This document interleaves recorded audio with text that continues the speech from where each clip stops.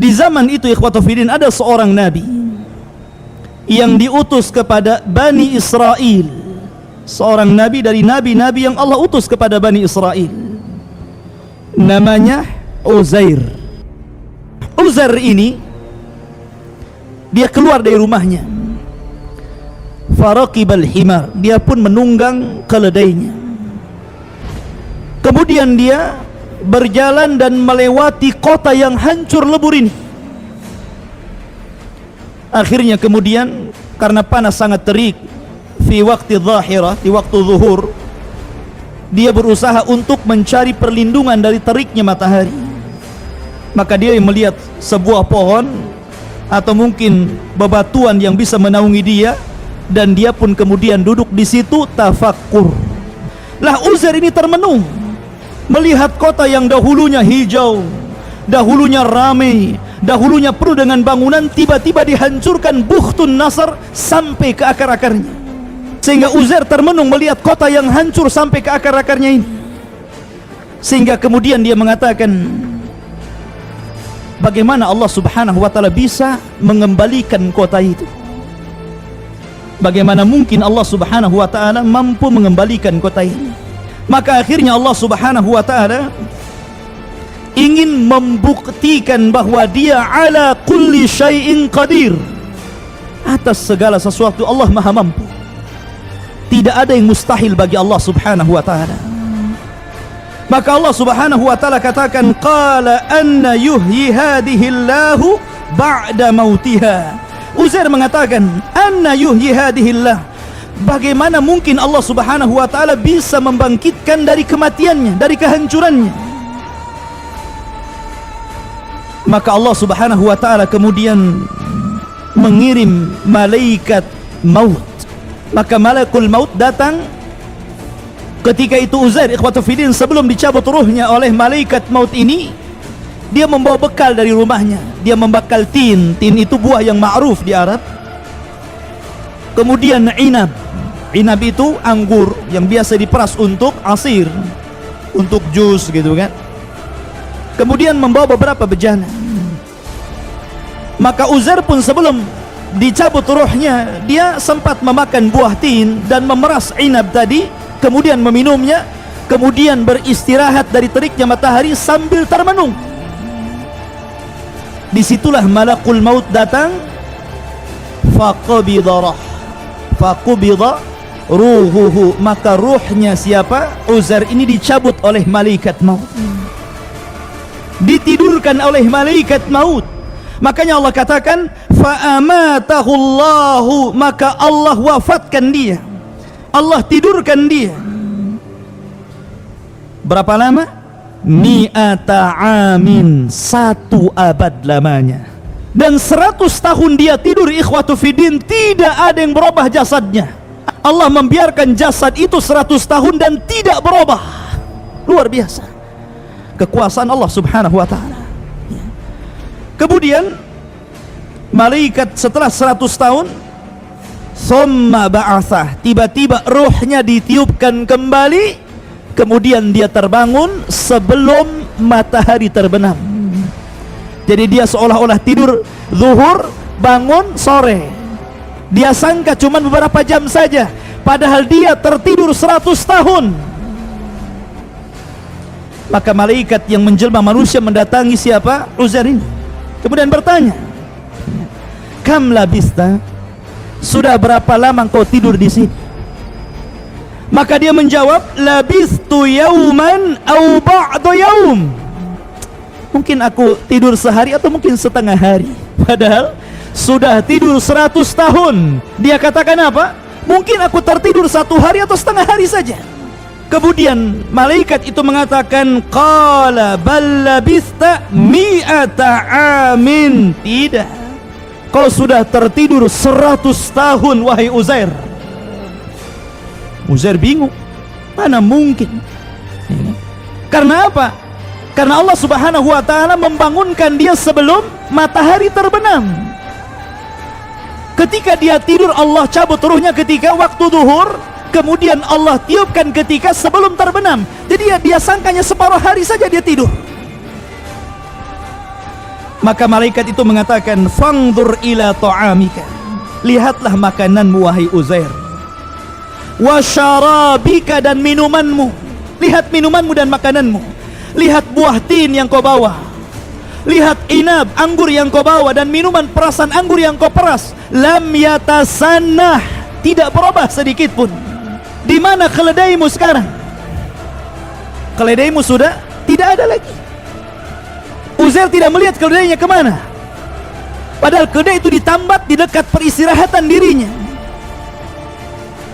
Tiba-tiba Allah subhanahu wa ta'ala meniupkan roh, meniupkan angin, meniupkan rih, meniupkan angin. Kemudian angin ini mengumpulkan tulang-tulang keledai yang sudah hancur, kemudian merangkai satu-satu tulangnya. Makanya Allah mengatakan, wanzur ilal idham, lihatlah kepada tulang-tulang keledai itu, kaifa nunsizuha, bagaimana kami merangkainya. Tiba-tiba di hadapan Uzair ini, keledai itu terangkai, tulang-tulangnya tiba-tiba berdatangan terangkai sendiri. Kemudian summa naqsuha lahma, tiba-tiba dagingnya bermunculan, kemudian daging itu melekat di tulang-tulang tadi. Kemudian menjadilah seekor keledai Uzair.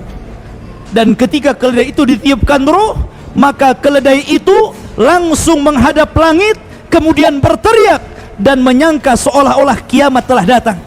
Allah katakan, falamma tabayyana lahu, ketika sudah jelas bagaimana kuasa Allah, Allah mampu menghidupkan yang mati menjadi hidup. Maksudnya apa? Maksudnya Allah ingin menjelaskan kepada Uzair, jangan lagi keledai yang sudah meninggal, yang sudah tidak ada tulang belulangnya, kemudian Allah satukan kembali tulangnya, kemudian Allah bungkus dengan daging, kemudian Allah tiupkan ruh. Jangan lagi keledai, kota yang hancur sekalipun Allah sanggup untuk menghidupkan kembali. Itu maksudnya. Allah mampu menghidupkan kota yang hancur.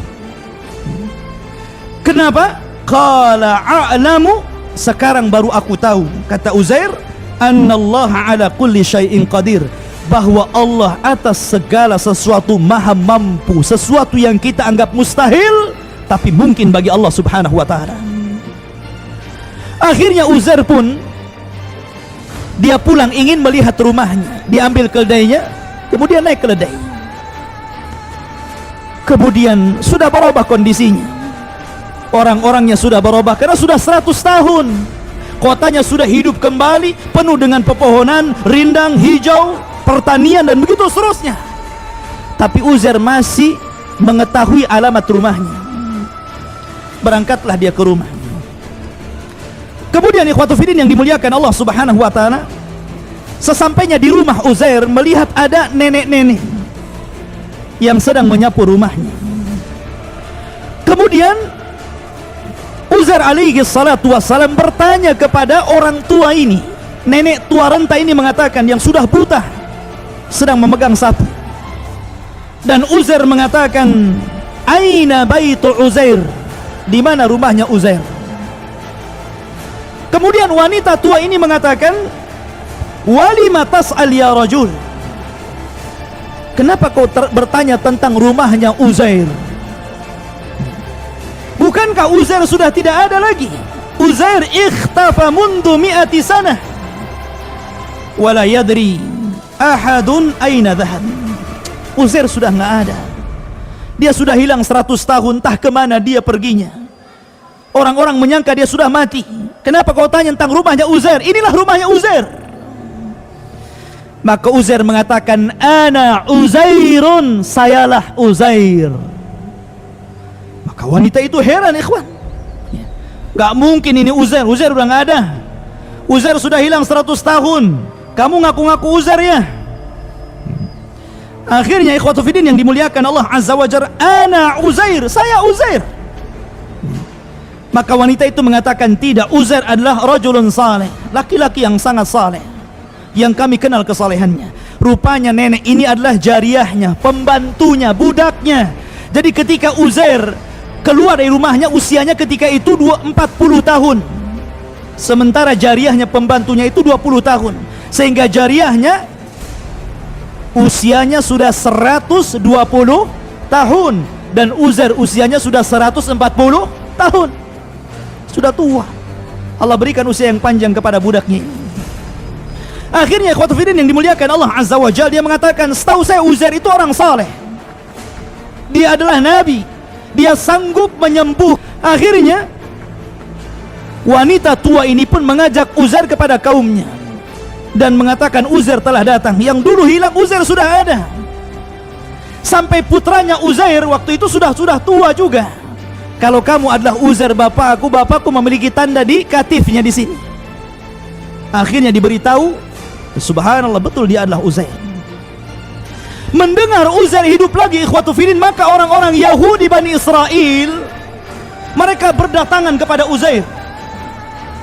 Karena ketika itu ikhwatu fillah yang dimuliakan Allah Azza wa Jalla, yang paham tentang atau yang menyembunyikan, yang menyimpan kitab Taurat peninggalan Nabi Musa alaihi salatu wassalam adalah Uzair. Jadi ketika itu hancur lebur kota itu, maka kitab Taurat itu hilang, entah kemana. Sehingga akhirnya orang-orang Yahudi Bani Israel ini meminta kepada Uzair agar mengajarkan kepada mereka kitab Taurat. Akhirnya Uzair pun mencari kitab Taurat yang pernah disimpannya, tapi Allah takdirkan hilang kitab itu. Ada yang mengatakan sudah rusak. Akhirnya mereka meminta agar Uzair membacakan kepada mereka Taurat dari hafalannya. Akhirnya Allah Subhanahu wa taala menakdirkan Uzair ini diberikan hafalan yang luar biasa. Dia mampu menghatamkan dan menghafalkan kitab Taurat dari awal sampai akhir. Dia membacakan kitab Taurat, padahal kitab itu sudah tidak ada lagi. Dari sinilah orang-orang Yahudi tersesat. Kenapa? Mereka menganggap Uzair itu ibnullah, anak Allah. Wa qalatil yahudu Uzair ibnullah, wa qalatin nasara al-masih ibnullah, dzalika qauluhum bi afwahihim. Ketika orang-orang Yahudi mengatakan Uzair anak Allah, ketika mengatakan Nasrani Isa anak Allah, kenapa? Karena mereka menganggap bahwa Uzair berbeda dengan Musa. Nabi Musa sendiri ikhwatu fillah yang Taurat turun kepadanya, beliau kalau menyampaikan Taurat masih membawa catatannya. Tapi Uzair tidak membawa catatan sedikit pun. Betul-betul dia menyampaikan Taurat itu dari hafalannya. Seolah-olah orang Yahudi menyangka bahwa Uzair itu anak Allah. Karena apa? Mampu berbicara dengan kitab Taurat. Tersesatlah orang-orang Yahudi di sini dan mengatakan Uzair anak Allah, naudzubillah. Sebagaimana tersesat orang-orang Nasrani mengatakan Isa ibnullah, anak Allah. Ma'asyiral muslimin rahimani wa rahimakumullah. Maka akhirnya Uzair pun berdakwah kepada Bani Israel, kemudian mengembalikan Bani Israel kepada ajaran Musa alaihi salatu wassalam.